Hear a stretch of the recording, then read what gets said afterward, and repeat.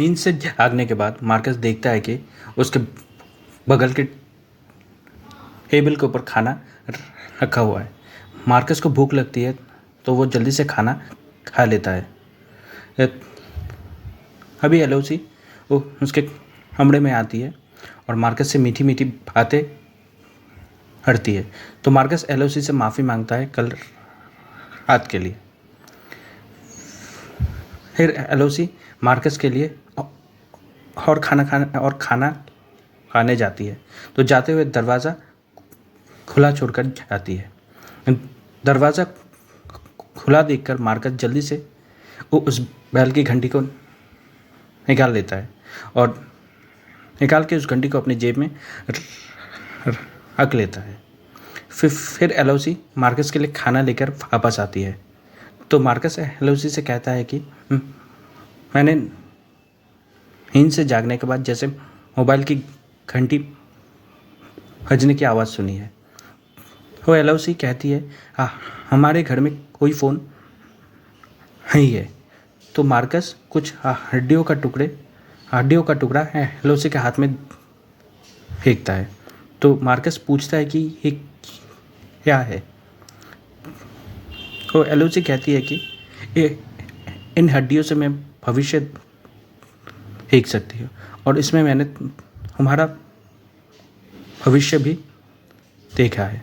Red moon के रात को तुम्हारे शरीर से सारा पॉइजन निकल जाएगा और परसों रेड मून है।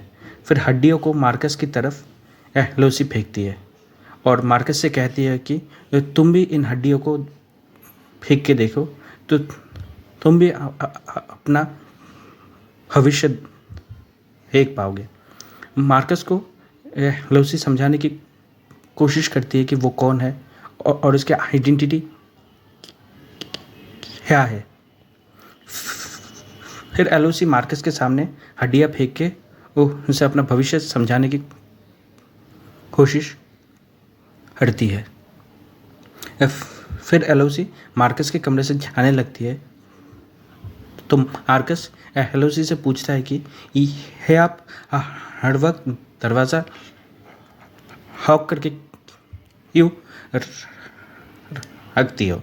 तो एलोसी जवाब देती है कि आगे हमारे साथ कुछ गलत ना हो इसीलिए, क्या है कि दरवाज़ा बंद करके वहाँ से चली जाती है। फिर मार्कस बैठ के उन हड्डियों को जोड़ता है और हम देखते हैं कि वो इंसानी हड्डियाँ हैं। ये सब देख के मार्कस वो उल्टी हट देता है क्योंकि मार्कस जो खाना खा रहा था वो उसमें इंसानी मांस था।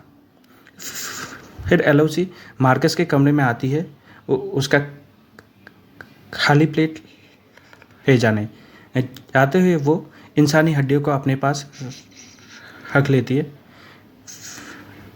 फिर एलोसी दरवाज़ा बंद करके वो वहाँ से चली जाती है।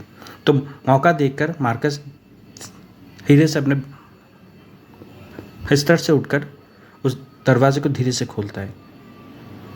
नीचे किचन में हम देखते हैं कि एलोसी काम कर रही है।